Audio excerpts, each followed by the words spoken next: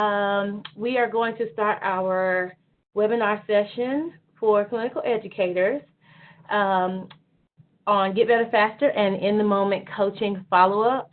So this is a follow-up to the summer orientation, but we also have some folks who had a late place and weren't able to be in orientation, so we're going to kind of review some things and ask some questions of you now that some of you have had time to practice this and implement this with your student teachers.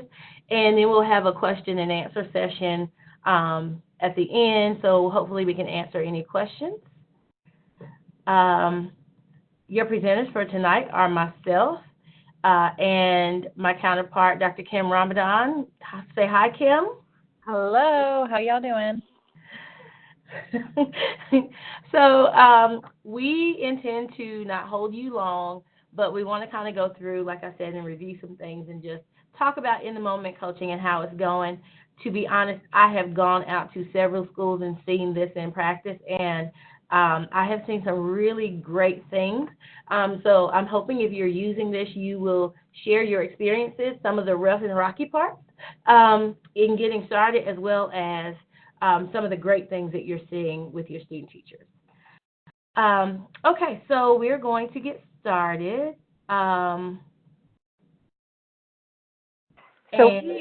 We just have a few norms that we're going to talk about. I think it's just, it's an online forum, so it's obviously going to be, we can't see what you're doing, but we just want to make sure that everybody's really focused on what we're doing. We're not going to keep you long, like we said, but we just want to make sure that we all get the content that we need for today. Yes. So we're going to take a look at phases 1 through 4 and Get Better Faster. Really look at 3 and 4 a little bit more in depth because we didn't do that very much the first time, and then just kind of see how things are going for everybody.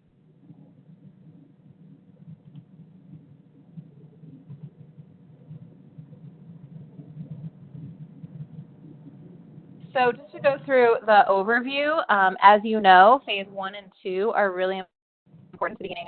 Phase 1 is really important to happen as the planning. So prior to school opening, it's really important to have these conversations about what it actually looks like in practice, what it actually looks like to give precise directions and narrate and things like that. Phase 2 is the first 30 days of school. You'll see then phase 3 is the next 30, and phase 4 is the next 30 after that. And just keeping in mind that, yes, this is the way the book is laid out for you to have summer planning prior to school opening. But like we said in many of the summer trainings, this may not be possible for everyone. And so you may be in phase 1 talking to them about lesson plans and practicing implementation and rehearsing and looking at their transitions in their lesson plans at any point during the school, the process of them doing student teaching in the school placement. So keep this in mind that, yes, this is the flow of it, but you may get to phase 2 and realize, oh, we've got to back up to phase 1. All right, so we are going to look and just review phase 1. It is the pre-teaching, so this is looking at the lesson plans. And I know many of you are looking at lesson plans, and you're seeing that they are putting pretty much a lot of good things that they have learned from you instructionally in the plan. But one of the things that some of the site coordinators that we've discussed in our meeting is that a lot of our student teachers are experiencing challenges with transitions, with routines and procedures, with having a strong voice. And these are things that they may not necessarily put in their plan, but that need to be practiced. And for some of them, if they practice them or are practicing them well but still not implementing them when they get in front of students, they may need to add this to their lesson plan and practice within the lesson plan. How am I going to transition them? Yes, I said they're going to move from whole group to small group, but what is that going, how's that going to look? What am I going to do? What am I going to say? What do I expect students to do? So keep that in mind. In phase 2, we've got the actual instruction where student teachers are giving instructions to students. And the main piece that we're looking for is precise directions, like that they're giving very clear, quick directions for students to follow, that they have a routine and procedure for pretty much every movement that's going to take place in the classroom, that they are actually watching to make sure that students are complying with those directions and scanning for hot spots and walking around and moving and being seen looking at all times so that students are aware that they are being monitored by the student teacher, and then being able to reset the class if things are not going well. Okay? So that's just a review of phase 2, and some of you are experiencing that even now. And then in phase 3, they've got the management pretty much down, and students are, the management is established, and students are able to operate within the classroom in a respectful manner for all students and in a way that doesn't prohibit them from learning. And so now you're looking at the actual lesson and the movement and pace of the lesson. So are they having issues with pacing? Are they building momentum so they're changing it up and it's not monotonal or slow or fast throughout the whole thing? And I've experienced in coming out and in talking to some of my clinical educators that some of you are experiencing where students are finishing their lesson plans in 20 minutes because they're so nervous and they are moving so fast through things that they're not really giving students time to process, have discourse about the particular concept or topic. So this would be the phase where you would want to work on that. Engaging all students, where they're only cold calling students, but they're calling on the same students. So you're noticing some things during instruction that would support all students learning. So in phase 3 is where you would want to work on that with some in-the-moment coaching. In phase 4, this is where you're looking for academic conversations or discourse, where students are actually using the vocabulary, they're learning to have conversations, respectful conversations in a group. They are given timed instruction to follow a task through, and the student teacher is verbally enforcing pretty much all of the routines and procedures that it takes to actually have small group work or discourse within a whole group and small group. And I would add to that too. Yeah, I would add to just that as well. One of the things that we work on too is making sure that we're monitoring everyone, the other groups as well, which can be, as you know, a challenge to monitor from the table while conducting a small group. So that's also something that you work on during phase 4 too. Yes, thank you for reminding me of that. And then after phase 4, there's a stretch it phase. So they pretty much have all of the management pieces down for whole group, small group, a mix of the two, individualized groups, individualized work.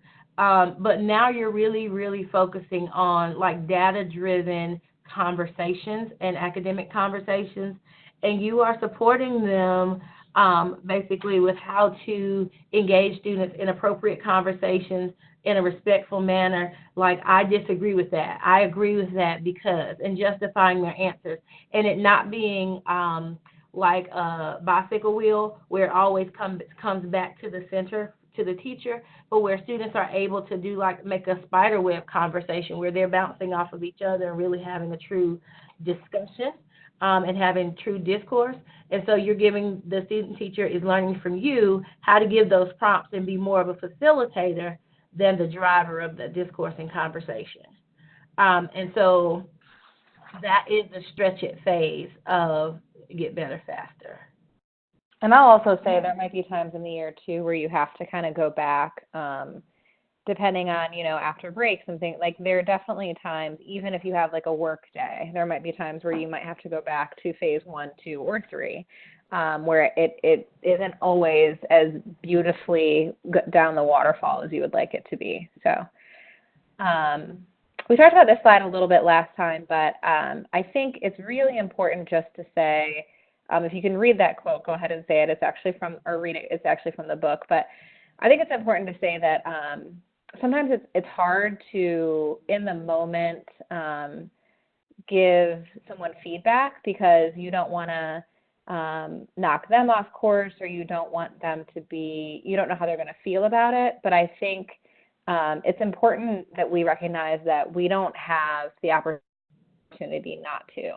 That if we don't do in the moment coaching, if we don't correct the student-teacher behavior as you see it, they're going to practice the wrong way, and then that's going to be part of what they remember to do. So I think that's just an important thing to remember. And that's one of the things that Bambrick Santoyo says in Get Better Faster, that practice doesn't make perfect. Perfect practice makes perfect. So if they're practicing the wrong thing, they're going to practice that continuously, and it's going to be hard to break that once they've started to develop that practice. So jumping in when you notice it, but figuring out which in-the-moment coaching strategy to use would be, and which one would be least invasive in that moment, and then trying to follow up with that with some feedback would be very helpful in that. And I've seen you all kind of do, some of you do some skill work like that. Today I actually saw a clinical educator, I'm going to call her out because she's on here, Miss McIntyre, who actually did, almost all four of the clinical educator in-the-moment coaching strategies within the lesson. And it was so natural, and I could tell when she jumped in and actually did the co-teaching, it was because the feedback, the short clips of feedback that she was giving wasn't really getting to the track point of the standard that she wanted the students to understand. So knowing when and kind of figuring that out is your instinct, and having a relationship with your student teacher kind of tells you when and where, and as they get more comfortable and move around the room and give you more access to passing notes and things of that nature, it can become even more easy to do. So we are going to review the trajectory that we talked about before. This may not have made sense to you if you were in orientation or TEI in the summertime, but now having your site coordinator come out to the school to do some observations, we're actually seeing you all implementing this. And so if you are a clinical educator that has a student teacher, we're right in the middle of this right here. So you're basically in phases 2 and 3 now, and we're wanting to move them to phases 3 and 4. And so if you remember the slides that we just went through with phases 2 and 3, phase 2 and 3, they're still working a little bit on management, but they're really trying to get the big picture of how management affects their rigor and how it affects their lesson plan and how it affects the way they're able to differentiate and what they're able to accomplish in a lesson. And so you're tying that in with some of the in-the-moment coaching, but also if you haven't already looked at the cognitive coaching piece where you are kind of just tracking data for them. So you've talked about a point and they want to track data. We want to get to more of the cognitive coaching. And if you weren't in training, it's basically where you're collecting data, and your faculty site coordinator can support you more in this, but you are having a pre-conference to talk about, okay, we've been working in small groups. So now that you're doing small groups and doing them regularly, I want to come and see one particular group that you're working with, and you tell me what we're going to be looking for, and I'm going to chart the data for that to see if we're being successful, whether you're engaging all students, whether you are spending too much time on one particular thing. You track the data, and then you all have a post-conference about it and talk about next steps.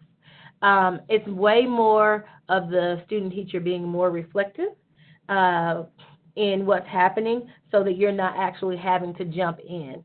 And so it's after the fact. So we're trying to get them to a place where you're doing very well with the in-the-moment coaching now, but then kind of moving toward the student teacher being more reflective of their own practice in the classroom, especially when they're full-time.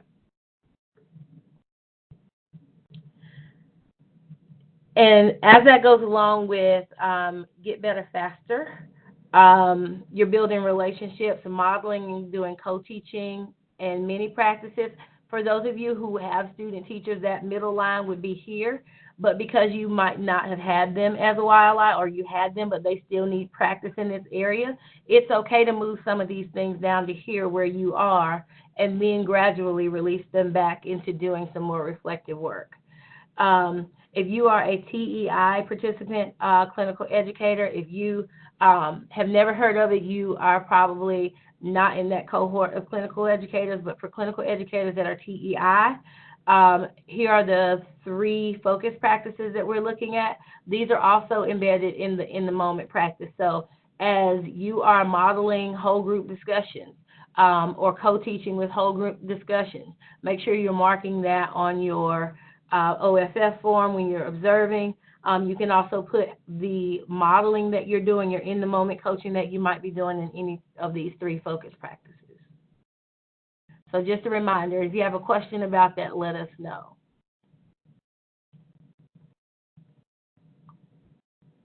All right, so just to look at phase 1, I want to stop here and get your feedback about phase 1. So remember, this phase 1 is the dress rehearsal, where you're looking at lesson plans, you're talking about what they plan to teach, you're practicing without students. How many of you, if you could raise your hand, how many of you have worked through phase 1 with your student teacher?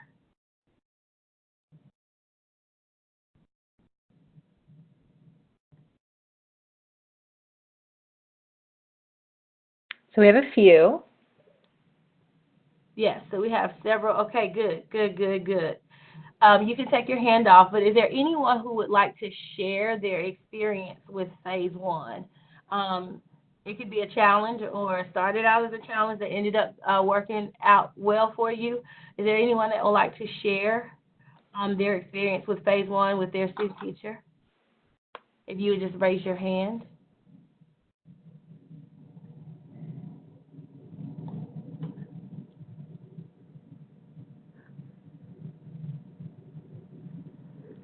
No one?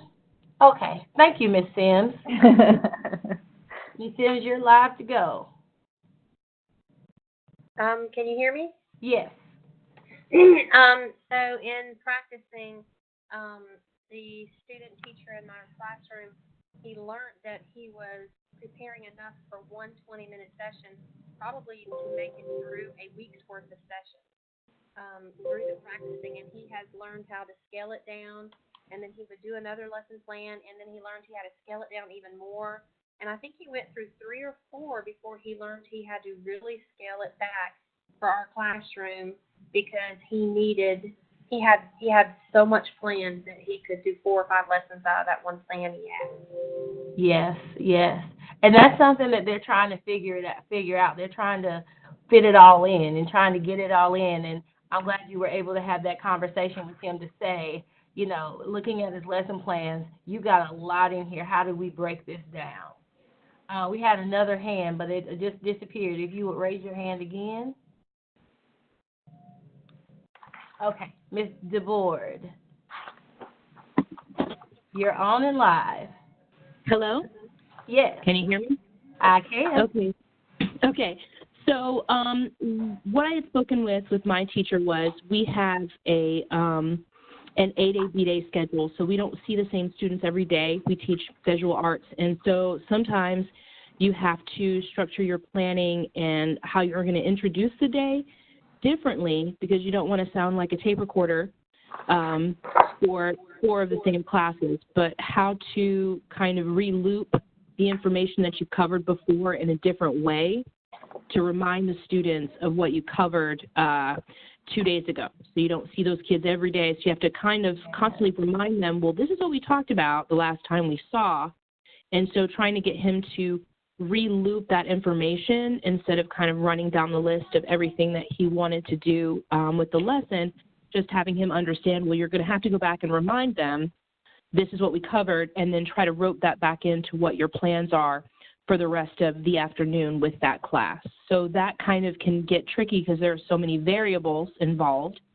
This class is faster, that class is slower, but trying to get him into that routine of having You can't just depend on it being the same for every class. You kind of have to roll with the punches and make sure that you're covering the information, even if it's in a different way or format, you're still getting that information to them. Yes, and I love that you said it could be in a different way or format, because that was the next thing too. A lot of our people don't realize that. A lot of our student teachers don't realize that every block is different, and so I might plan the same material, but it doesn't mean that I'm going to deliver it the same way for each block, because I'm differentiating from my students. Thank you for sharing that. Okay, so in phase one, looking at those lesson plans is, that's very important, but also giving them feedback and allowing them to practice. If you all remember this video from training, if not in the summertime, during orientation we watched, and the female sitting here is the coach or the clinical educator, and this is the student teacher. And basically he is practicing the directions that he's giving and walking around and monitoring students as they are working independently. There are no students there, but she's giving him feedback.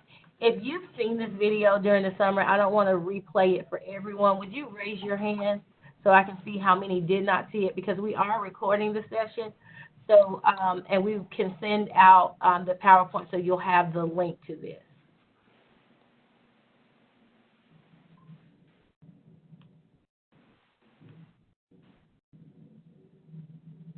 Okay. Like only two. So I only have two hands. So I'm going to play just a small clip so that those of you who did not get to see the video can see what the session 0 looks like. Again, this is slated to be done at the beginning of the year, like in the summer, but this can be done at any point. So if your student teacher is having issues with strong voice, or is not hitting the hot spots during independent work, or there's something you feel like they would benefit from after you watch this video, this can be done during planning, after school, before school, after you have the lesson plan. Say, let's just run through this particular portion of your lesson plan, the independent work. I want to see how you deliver the instructions and how you're going to monitor that. And this could be an example of that. So let's watch this clip.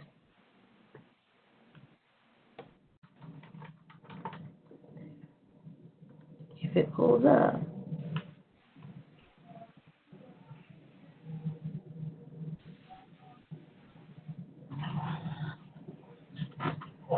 Give me 1 second.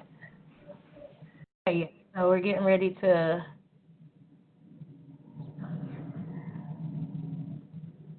if I do that. Okay. Let's try. Yeah, they can't see that. Okay. Okay, hold on 1 second. I'm trying to share the.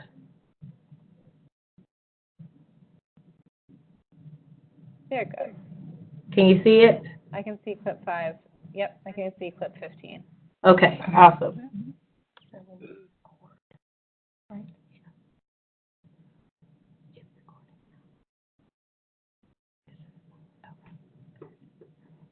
All right, so we're going to watch just a bit of this clip. Take 30 seconds to review over the steps, because in 30 seconds, we're going to go ahead and we are going to role play just this part right here, all the way up to the full call. Okay. Good job. Okay, 2 minutes. Turn it off. What impact is the person in your experience?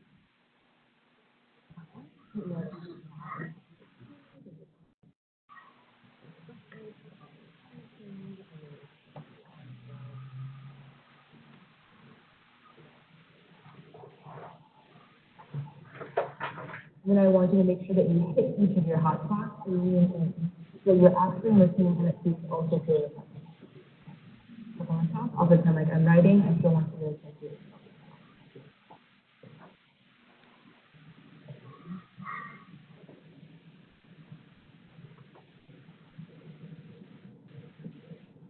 Good.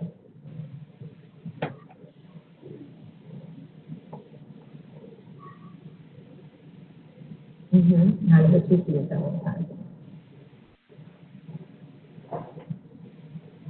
Pause. When you stay right there, right where exactly where you were. What are the drawbacks of that particular body position at this moment? Can't see the rest of the So students. how do you use it as a hotspot but still be able to monitor the rest of the room? Like, use it. It's not effective. Perfect. Okay. So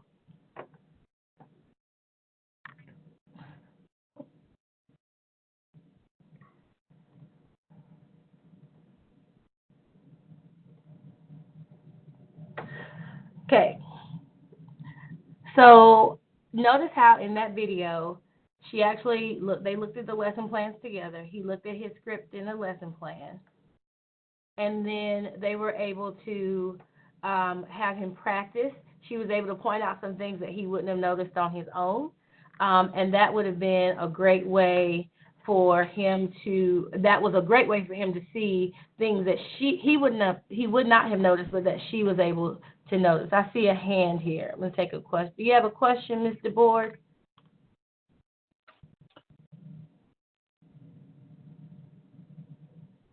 Okay.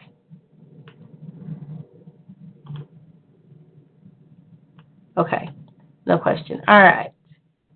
All right, so that would be phase one. Are there any questions about phase one in the practice? Or does anyone have anything to share about the phase one practice?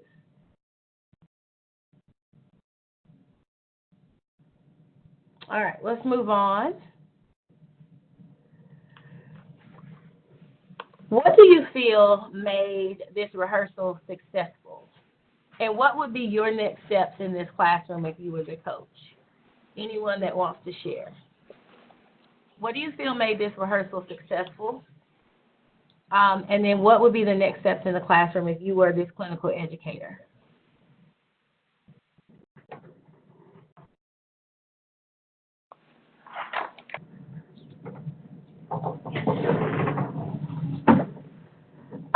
I will say that one of the things that I think made it most successful that I just talked about was the practice, like him being able to do it before he did it with kids. I've got a hand up. Miss Wright, you are live. That's what I was going to say as well, that he got to practice and he could correct his errors before he taught the lesson with the students. Absolutely. Absolutely. Thank you for sharing that. What would be next steps? What would be your next step? So like he's practiced this, what would be your next step?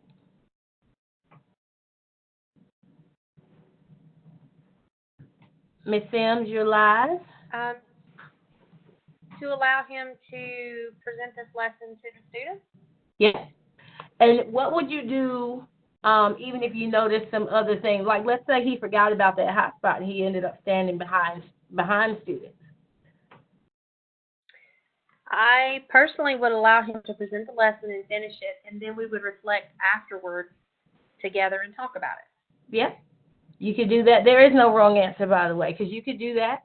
I would have probably, if I got a chance to huddle with him, maybe if he walked around to the back and I was able to go to the back while students were there, I would say, don't forget your hot spots. Give him a little whisper of don't forget your hot spots.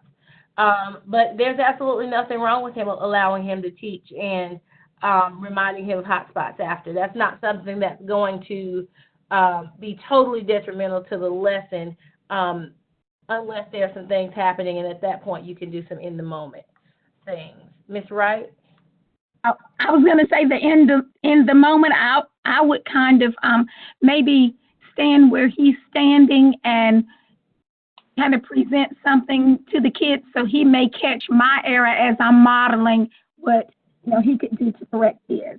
Yes, absolutely. Thank you for sharing that. Yeah, so doing some in-the-moment stuff. And if this is a situation where you really need him to practice this and it's something that you've talked about a lot, you may even have some hand signals, like even like pointing, things like that, where it could be in the moment, but maybe not as intrusive as like whispering in. It might not need that much attention. It just might be kind of gesturing for him where he needs to be if it's something that is super important. Yes, I always joke with Kim and say I like doing in the moment coaching because it makes me feel sneaky. So like I would even pick up a piece of paper and like if our code was hot, like if I'm fanning, like that's your key to remember your hot spots. You know, something that's least invasive that only you and your student teacher would know what that particular thing meant. Okay, so let's look at phase 2. This is when they're actually teaching. So this is when they're giving instruction, students are in the classroom, and you're looking at mainly routines and procedures, making sure they are perfecting those. They are waiting for those things to be done in the classroom for students to comply, being seen looking, getting to those hot spots, and doing a whole class reset whenever necessary. And then telling the kids what to do. A lot of our student teachers think that they have to use a lot of words to be a teacher, and they don't realize that sometimes when you do a lot of talking, the students get lost. It has to be concise. And so that's what you really want to focus on in phase 2. And with that, we've got the in-the-moment coaching pieces. So if you were not in training, this summer, we wanted to review those the 4 main strategies, which are sideline, where you're in the back with like a whiteboard, or they have an iPad or an iPhone where you can send them a message to their iWatch or Apple iWatch or whatever they call the Apple Watch. I'm a Samsung user myself, so if they have a wonderful Samsung watch, you could send them a note. You could pass them a sticky note as they're walking by. So that sideline huddle is when they're working independently or reading or doing something, working on a game, and you can quickly give some quick directions or suggestions to the student teacher off to the side of the room in a whisper. Guidance is when you ask a question or pose a statement to the candidate or to the class to help guide the lesson if they're maybe getting off track or if they're not reaching the depth of the standard that you're wanting them to get to with the questioning and the discussion that's happening. And then finally, co-teaching. And this is kind of paired with modeling because even though you're co-teaching, they should still be watching what you're doing and not doing and what you're saying and not saying to pull in what they need to do or why you had to tag in or why it was good for you to tag and jump in the moment during that particular piece of the lesson. So let's pause quickly and get some hands of those who have used any of these 4 in-the-moment coaching strategies.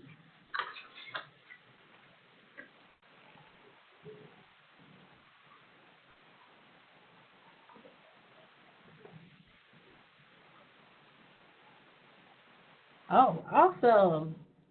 Yay, Kim, look at all the hands. I know, so many people. So exciting, so exciting. I'd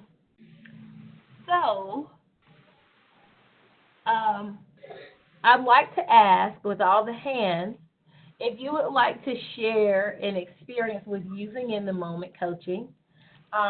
If I can get someone to share at least 2 to 3 of them, like one person to share each one, so that we can just see what's out there and maybe if you haven't done guidance, maybe what may be a reason that you haven't done guidance. Maybe it wasn't the best piece for that lesson.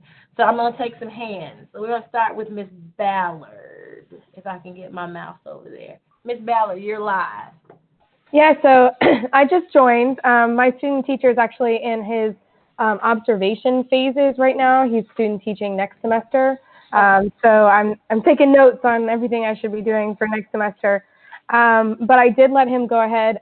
He helped me kind of create an activity that I wanted to do with current events because I teach civics, so we're constantly changing what we're doing. And so I let him lead kind of the getting the answers correct or going over it, basically. I did the activity, but he went over it. And I just stood in the back, and he, as he was going over it, I just interjected a few things to kind of, if I didn't feel like he fully explained exactly what they did, or it seemed like a kid didn't get it, but then he then could jump off of me and continue kind of smooth. So we just kind of went back and forth with that co-teaching. Awesome. And how did that feel? It was good. Yeah, I thought he did a really good job. And he is a master's student, and so his undergrad is not in teaching at all. And so I thought he did a really good job for kind of being way out of his element. Awesome. Awesome. All right. Thank you for sharing. Ms. McIntyre, you're live. Hi, can you hear me? Yes. I've actually used all of them, but I would say the huddle is one, since we're trying to get different examples. That's a great one to use that I can, especially if the kids are working independently and I feel like time management is becoming an issue, where I can kind of pull my student teacher and say, okay, here's how we're going to move this forward because we're losing time here. And that's just a great way to really quickly and quietly help get the lesson or the class period back on track.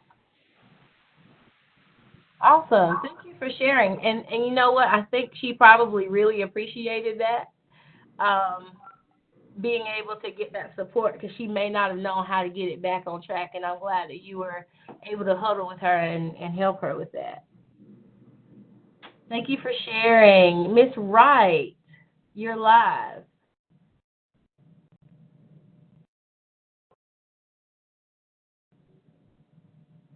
Miss Wright?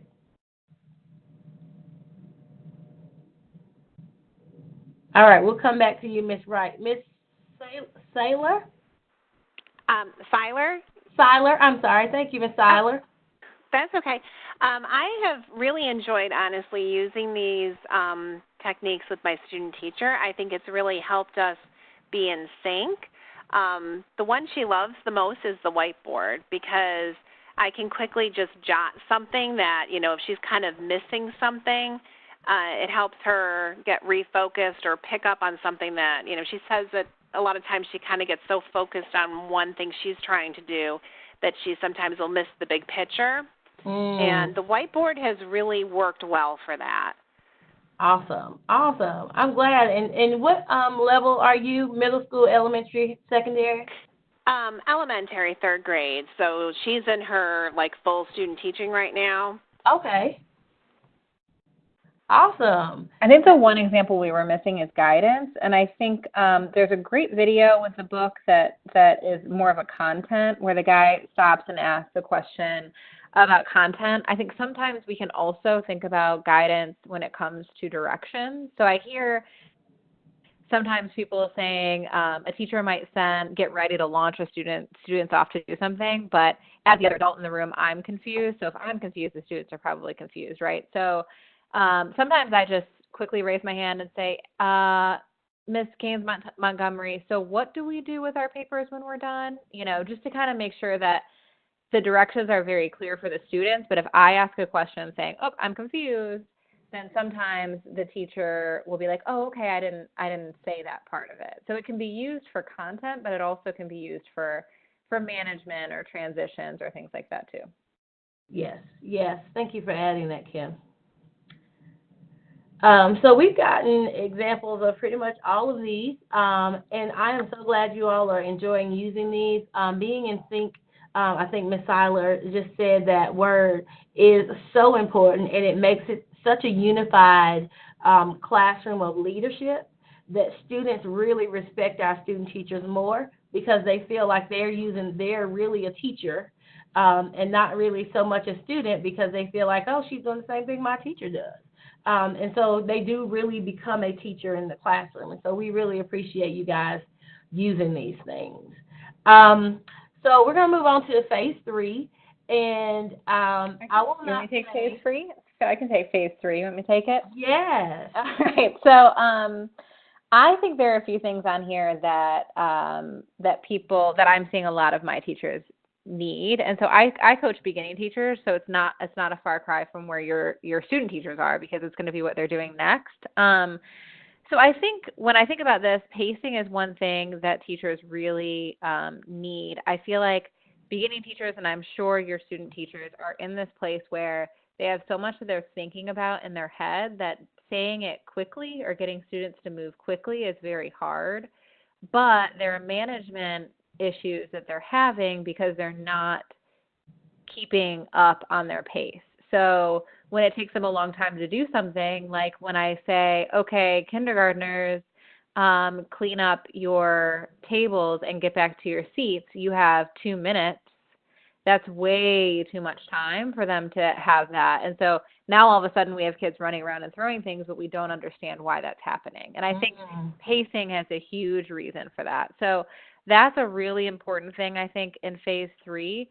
We're also, at this point, we're in a situation where our routines and procedures are down. We have the teacher radar. We have a whole class reset. But now we need to make sure that all students are learning. And I think that's a really important part of this as well. So making sure to engage all students, using things like cold call, which if you know, Teach Like a Champion, it's one of those as well, one of those techniques as well. Turn and talks, things that are going to engage all students, choral reading, choral responses, and then narrating the positive, meaning making sure that you're telling students what they're doing well. So I like the 3-to-1 ratio with this. I'm going to make sure that I call on 3 students who are doing things well before I give a consequence to a student who's not, or I give a correction to someone who's not. And I think there's a couple reasons for that. The first reason is that it reminds students of what the direction was. So my direction is to silently push in your chair and line up. LaTanya is lining up silently. Giovanni's pushing in his chair. Riley is lining up silently. So that's giving everyone a chance to hear the direction again before I make a correction if I need to. So it might be, Sharif, the direction was line up silently. This is a warning or whatever the consequence is, right? So I think all of that to say this is all about getting all students doing all of the work all of the time, which, as we know, as a veteran teacher, is a challenge, but that's our goal, right? And students are perfectly capable of it. I think that's what phase 3 is all about, is making sure that all students are on task and doing the work and holding high expectations. Yes. So precise direction and positive narration. So this is exactly what I was just talking about. Precise direction. It needs to be quick. It needs to be very clear. This is just an example on the slide. When I call your table, silently stand up, push in your chair, and come to the carpet. So I'm telling them what I want their voice to do. A lot of times teachers are like, well, I told them to come quietly, but they're still talking. Well, you said quietly. You didn't say silently. So they're going to do what you say. And I think it's small, it's minute, it seems silly, but it's clear, right? And I think that a lot of, in my mind, you're all nodding when I say that, but it's clear. It's not, I don't want you to be quiet, because quiet insinuates that there is some sound. I want you to be silent, which means voices are off, all of that. So when I call your table, silently stand up, push in your chair, and come to the carpet. LaTanya's silent, Kim push in her chair, Sharif is moving to the carpet. Then you give that direction. So Riley, the direction was move silently. This is your warning. So it's give the precise direction, make sure you're clear on what their voices are doing and what they're physically doing, and then 3 positive narrations, and then 1 correction if needed. Hopefully you will not need that one, though. Yes. Are there any questions about phase 3? Raise your hand if you have a question or a comment or anything like that about phase 3.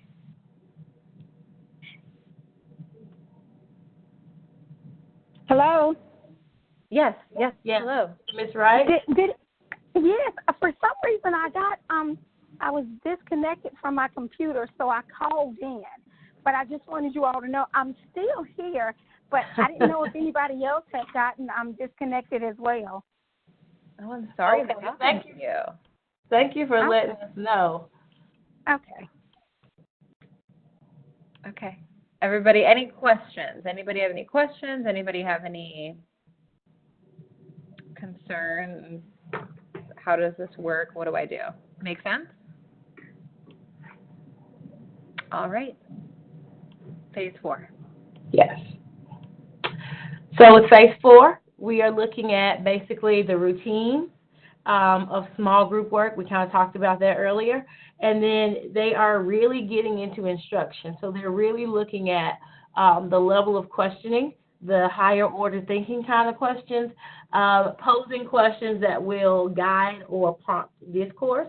So basically an academic discussion between students and the teacher as well, and then keeping those things going as a facilitator. So they're really not really focusing a whole lot on management besides small group, if they're having small group discussions or doing small group work. But they are really looking at how to engage all students in discussions and with a level of questioning. This phase, again, is more towards the end of their student teaching experience. We know that you will work with them on questioning, but this is really focusing on, they have everything else managed well, including the start of small groups. But now in this phase, you're refining small groups, and you are refining the level of questioning, talking to them about depth of knowledge type questions, talking to them about sentence stems and starters and how to have a discourse, kind of like a seminar or a, what's the word I'm looking for, Kim? Where they sit in a circle and they have a discussion, Socratic seminar. So that's what this phase is mostly about. You'll probably experience this a little later in student teaching once they have mastered everything else. Are there any questions about that? And so basically when they're in phase 4, this is where we talked about doing more cognitive coaching, where you're collecting more data. So in the moment, you're collecting data. You do a little bit of coaching in the moment if necessary for like the small group management. If that's not if it goes awry, you're able to do that. But helping them, you're monitoring their management and collecting data on pretty much everything that they're doing, especially their directions and how they monitor students in small groups. But many of us are working on, at this point, strengthening the whole group, and that's fine. That's exactly where you should be with them starting to take over several different blocks or several different content areas in elementary. Okay, so we are going to watch another small clip. And this video is short, and we are going to just take a look, and I want you to think about what type of coaching move you would use, when, and why. And I'm not going to stop it for the sake of time, but just watch it. It's about a 3 to 4 minute video.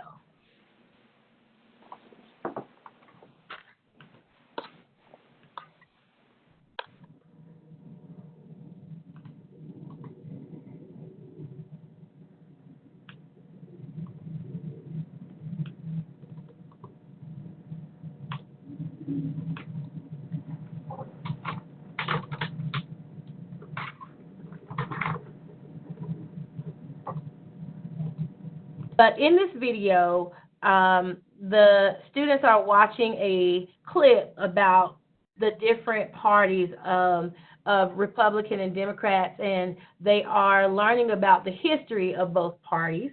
And in the video, there's a lot of, it's like a little rap, but there is a lot of repetition on like the Federalists and the history of it.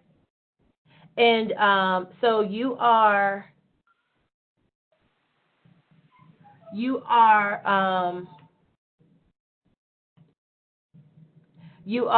the teacher is standing to the side, and the students are totally not engaged. The faces that you see on this screenshot are the faces that they keep throughout the entire video. So I want you to think about if your student teacher was showing a video clip that was about 2 to 3 minutes, and students were not engaged, and the video was repetitive, and it did not really get to the point of her lesson, which was for them to understand the two parties and the impact of history on why people have chosen their parties to this point. What coaching move might you use? during during the video, after the video? Would you do in the moment coaching with her? Would you have her stop the video? What are some things that you're thinking that you might do if the students aren't engaged, the video is not aligned to the lesson the standard that is chosen for that lesson, and if the lesson's really not going the way it should? And this is the activator for the lesson. So what might you do if you could raise your hand?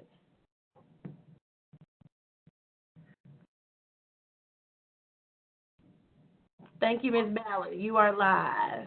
Well, you touched on my content, so I figured I would.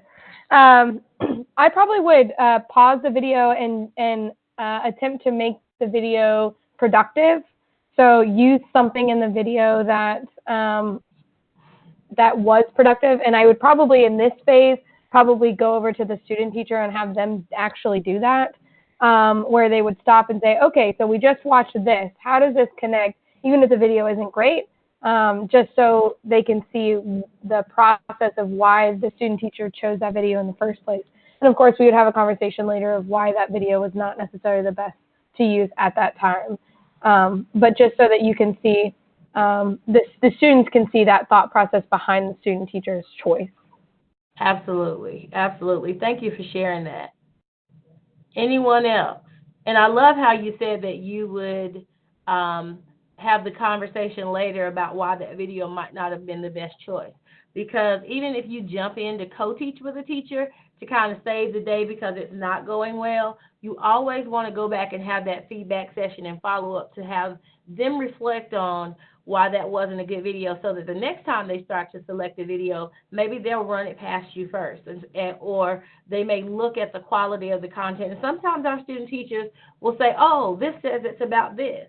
And they don't actually watch the whole thing. They watch a few seconds of it, and then they want to use it. So that's a conversation about how if you're going to use anything, you have to view the entire thing to make sure it's something that you really want to share and that connects to the standard. Any questions about that? So let's do a quick question and answer session. Are there any questions about in-the-moment coaching, how to do it, when to do it, or any questions that you have about what we've shared with you tonight? If you would raise your hand. I see some hands, Ms. Ballard and Ms. Wright. I see your hands are still up, but I'll give you a chance to take those down unless you actually have a question. Ms. Seiler, you are live.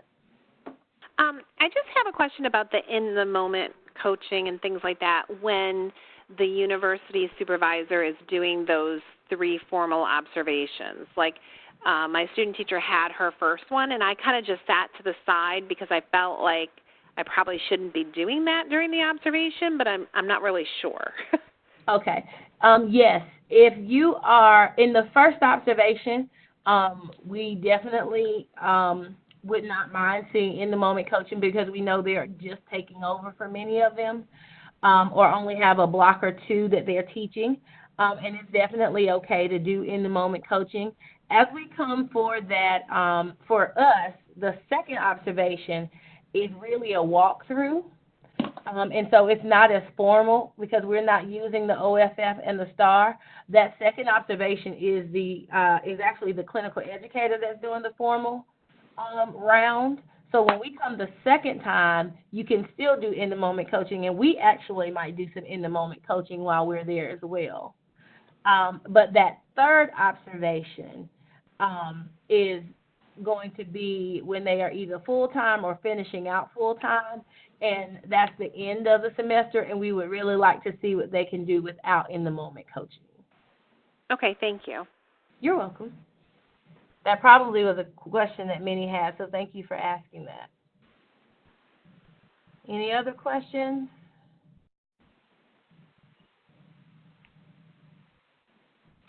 All right, well, we are not going to hold you all. We are so appreciative of you all taking the evening to come out for this hour session. And we just want you to know that, the takeaways from this session are the in-the-moment coaching strategies and ideas to support teaching practice in the classroom for student teachers, so helping them to grow. if you are a TEICE, remember that the next get-together is January the 13th, and we have more webinars to come. And so the next one is October 10th, and that's going to be on culturally sustaining pedagogy in the classroom, which is another or the most recent term for culturally responsive teaching, if you heard that. So that will be a great presentation by Dr. Mack. Tough Conversations will be another good one that's going to be offered on the 17th. I will be supporting Dr. Green, who's the assistant dean in the College Office of School and Community Partnerships. And then we've got another follow-up that we will actually just really be taking question and answer and showing some clips of actual people who are doing this in the classroom, so you won't want to miss that one. And then lastly, what's next for teacher candidates. So we'll kind of talk to you about how to help them prepare for interviews, references, what you can and cannot do with references, and those types of things.